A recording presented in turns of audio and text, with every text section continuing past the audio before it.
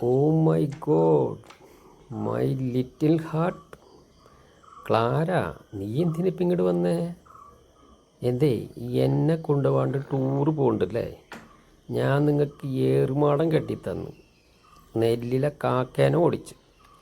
ഇപ്പം ടൂറ് പോകുമ്പോൾ ഞാൻ വേണ്ട അല്ലേ? ഒറ്റയ്ക്ക് പോകാൻ വെച്ചുള്ള പരിപാടി ഉണ്ടല്ലേ? ആ പരിപാടി എന്തായാലും നടക്കില്ല. എന്നെയും കൂടി കൊണ്ടുപോകണം. നടക്കില്ല. എന്നെയും കൂടി കൊണ്ടുപോകണം. അല്ലെങ്കിൽ എനിക്ക് ഏറുമാടം കിട്ടി എൻ്റെ കാശ് തരണം. രണ്ടിലൊന്നോ ഇത് നടക്കില്ല. എന്നെ സമാധാനിപ്പിക്കണ്ട, ഞാൻ സമ്മതിക്കില്ല. എനിക്ക് എന്നെ ടൂറ് കൊണ്ടുപോയേ പറ്റും. ഒരു ഇതും പറയണ്ട.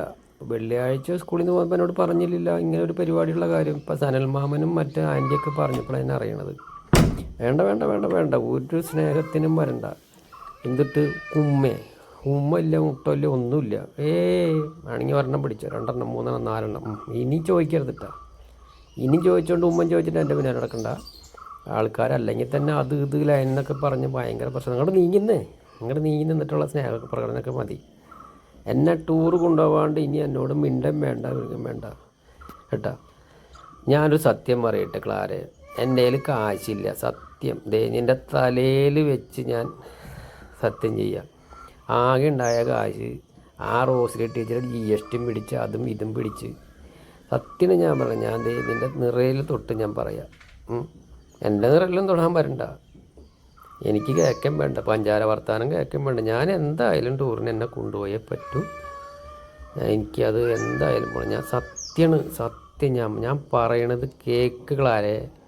ഞാൻ സത്യം പറയണേ, നീ കേക്ക്. ഞാൻ പറയണത് കേക്ക്.